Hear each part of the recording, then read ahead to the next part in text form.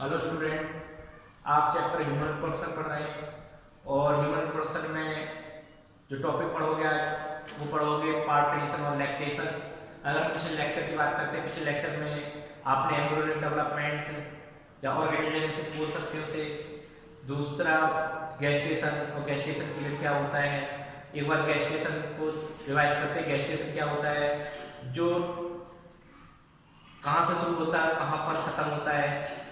Gestation जो होता है पीरियड फ्रॉम द कहाँ से फर्टिलाइजेशन टू द कहाँ तक का टाइम, बर्थ तक का टाइम, या बोल सकते हैं the period from the fertilization to the birth is called gestation.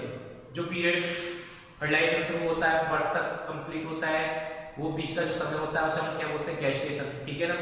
इसके बाद गेस्टेशन पीरियड क्या होता है, गेस्टेशन पीरियड जो सब जितने भी एनिमल हैं सब में अलग अलग गेस्टेशन पीरियड होता है।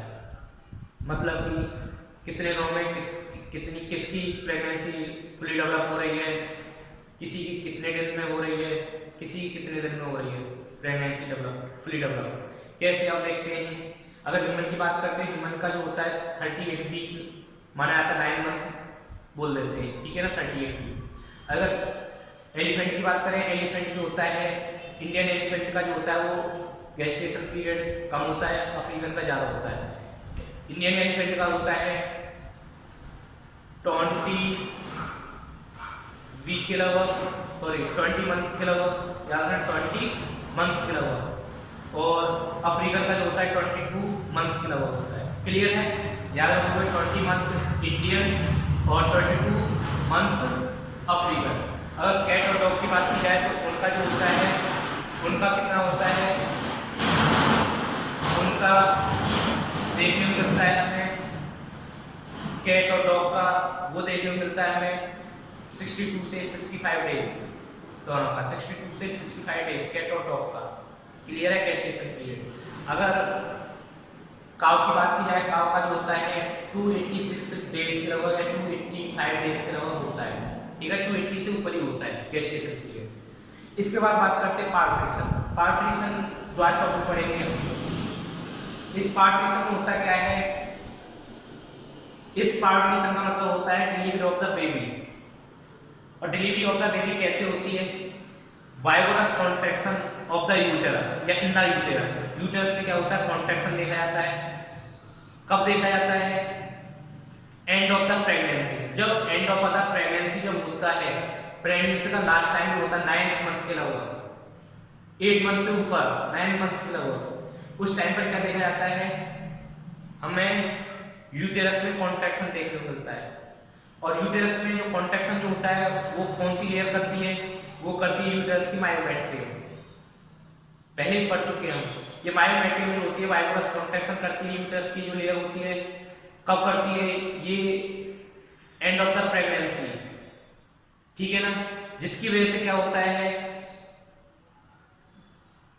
फीटस बोल सकते हैं, बेबी बोल सकते हैं, वो क्या होता है, एक्सपल्सन होता है, बाहर जाता है।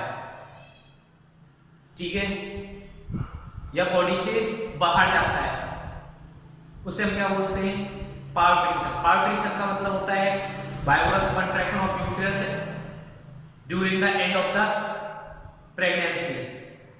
तब क्या देखने को मिलता है हमें, फीटस जो होता है वो एक्सपल्ट होता है, मतलब बाहर की तरफ निकलता है। कहां से, फीमेल रिप्रोडक्टिव ट्रैक्ट से।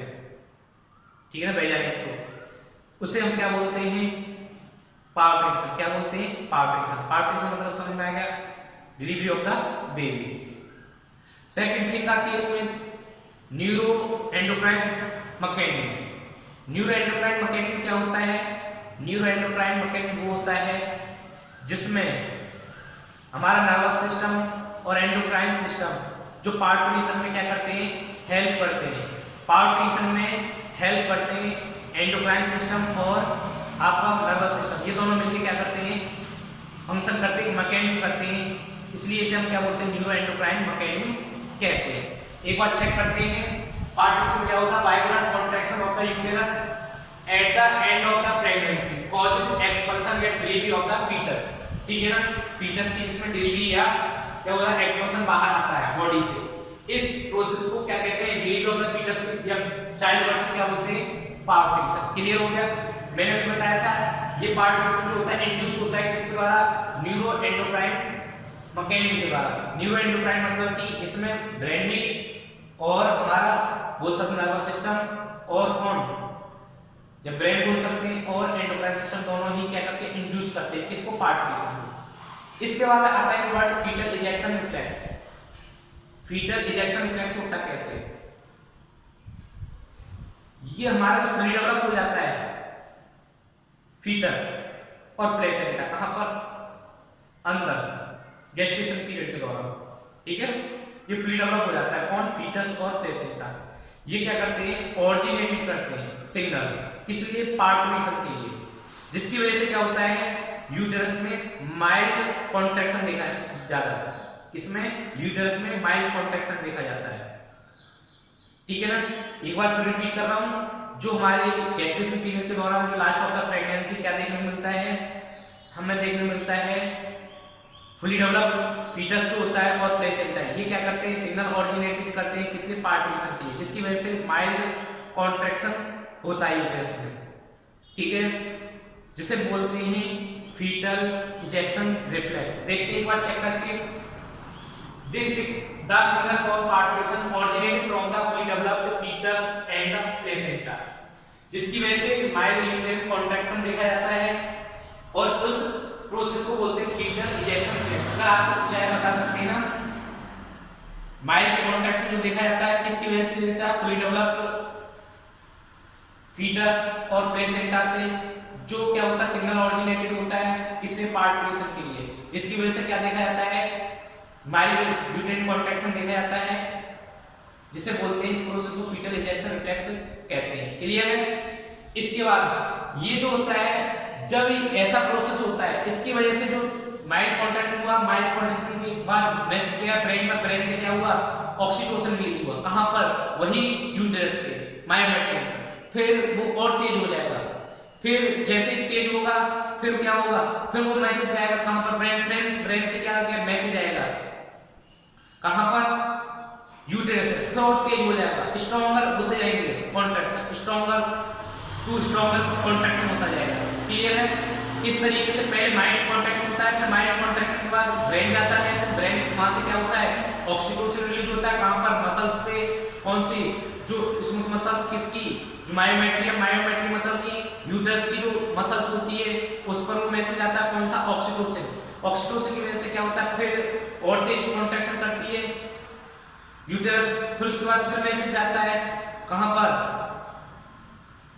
ब्रेन में, ब्रेन से क्या होता है, हाइपोथैलेमस से फिर क्या आता है, फिर आपका ऑक्सीटोसिन हार्मोन रिलीज होता है, फिर कॉन्ट्रैक्शन और तेज हो जाता है किसका, यूटेरस का, क्योंकि वो यूटेरस में आता है ऑक्सीटोसिन। देखते हैं एक बार, oxytocin act on the uterine muscles, ये किस पे काम करता है, यूटेराइन मसल्स पे काम करता है। यूटेराइन की मसल कौन सी होती है, मायोमेट्रियम, ठीक है ना।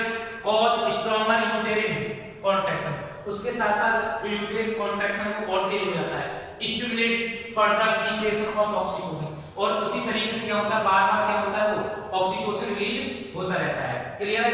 The stimulatory reflex between the uterine contraction and oxytocin secretion, ये बार-बार किसके बीच में होता है रिफ्लेक्स, ये यूटेराइन कॉन्ट्रैक्शन और ऑक्सीटोसिन जो सीक्रेशन होता है उसके बीच में होता रहता है। कैसे, कॉन्ट्रैक्शन हुआ, मैसेज गया ब्रेन में, वहां से और तेज और ज्यादा ऑक्सीटोसिन रिलीज किया, ऑक्सीटोसिन कहां है,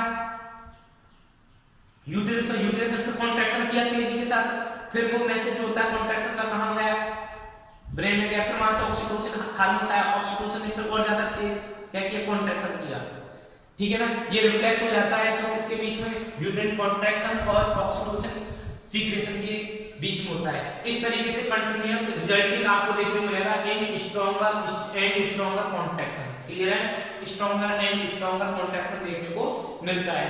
अगर जिसके जैसे कोई कॉन्ट्रैक्शन नहीं हो पाता है, बोल सकते हैं उसके जो लेवल पेन कम होता है, तो क्या देखने को मिलता है, उसको ऑक्सीटोसिन इंजेक्शन दिया जाता है, जिसकी वजह से जो पेन होता है, बोल सकते हैं ये कॉन्ट्रैक्शन जो होता है और तेजी के साथ बढ़ता है, ठीक है ना। ये लेबर पेन जो होता है, जो फीमेल में जो होता है, बच्चे के दौरान, जो पार्टिशन के दौरान जो होता है, तो उस टाइम पर ये याद रखना बहुत तेज होता है, जैसे 26 बॉन्ड एक साथ तोड़ दिया है, उतना तेज पेन होता है लेबर पेन, कब? पार्टिशन के दौरान, ठीक है ना। ये जब होता है कब होता है, और इसके लिए जो हम बच्चे को, जैसे किसी फीमेल में कॉन्ट्रैक्शन नहीं हो पाता, ठीक है ना, तो क्या होता है उसमें ऑक्सीटोसिन के इंजेक्शन दिए जाते हैं, जो क्या करता है बच्चे को एक्सपेल करने में हेल्प मिलती है, ठीक है ना। बहुत तेज लेबर पेन होता है, मैंने बता दिया कितनी हड्डी 26 बोन्स जो होती हैं एक साथ तोड़ दी जाती है, क्लियर है। इसके बाद लैक्टेशन की बात आती है। लैक्टेशन जो होता है आपने देखा हो प्रेगनेंसी के दौरान जो होता है मेमोरी ग्लैंड डिफरेंशिएट होती है, और एंड ऑफ द प्रेगनेंसी होती है वो क्या हो जाती है, एंड ऑफ द प्रेगनेंसी वो सीक्रेशन ऑफ मिल्क करने लगती है। जैसे वो प्रेग्नेंट होती है, फर्टिलाइजेशन क्या बोल सकते हैं, इम्प्लांटेशन होता है, इम्प्लांटेशन होता है, एम्ब्रियोजेनेसिस देखने मिलती है, और इसमें एक हार्मोन्स मेमोरी ग्लैंड में ग्रोथ करने में हार्मोन्स काम करता है, मैंने बताया था HPL ह्यूमन प्लेसेंटल लैक्टोजन, उसकी वजह से क्या होता है मेमोरी ग्लैंड जो होती है वो ग्रोथ देखी जाती है। अब वो मेमोरी ग्लैंड जो होती है वो डिफरेंशिएट होती है किसमें, प्रेगनेंसी के दौरान, और एंड ऑफ द प्रेगनेंसी क्या देखने मिलती है हमें, उसमें मिल्क सीक्रेशन होने लगता है, ठीक है ना। और इस मिल्क सीक्रेशन को क्या बोलते हैं, लैक्टेशन, क्या बोलते हैं, लैक्टेशन। चेक करते हैं, the memory gland of the female undergo differentiation during pregnancy and start producing milk towards the end of the pregnancy, ठीक है ना। एंड ऑफ द प्रेगनेंसी होता है मिल्क प्रोडक्शन स्टार्ट हो जाता है, क्लियर। जिसे क्या बोलते हैं, लैक्टेशन। इस प्रोसेस को क्या बोलते हैं, लैक्टेशन। लैक्टेशन जो होता है पीरियड होता है, लैक्टेशन जो टाइम होता है वो उसमें क्या होता है, मदर जो होती है वो फीडिंग कराती है किसको, बच्चे को, ठीक है ना, बेबी को फीडिंग कराती है, ठीक है ना, क्या कराती है, बच्चे को फीडिंग कराती है। इसके बाद इसमें जो फर्स्ट फ्यू डेज जो होते हैं किसके, मिल्क सीक्रेशन के, आफ्टर पार्टुलेशन जो होता है, आफ्टर डिलीवरी जो कुछ दिन होते हैं 2-3 दिन, उस दौरान क्या होता है मिल्क सीक्रेट होता है, उसे बोला जाता है कोलेस्ट्रॉल। क्या बोला जाता है, कोलेस्ट्रॉल। क्या बोला जाता है, कोलेस्ट्रॉल, याद रखना, ठीक है ना। कोलेस्ट्रॉल दे रखा है इसमें, द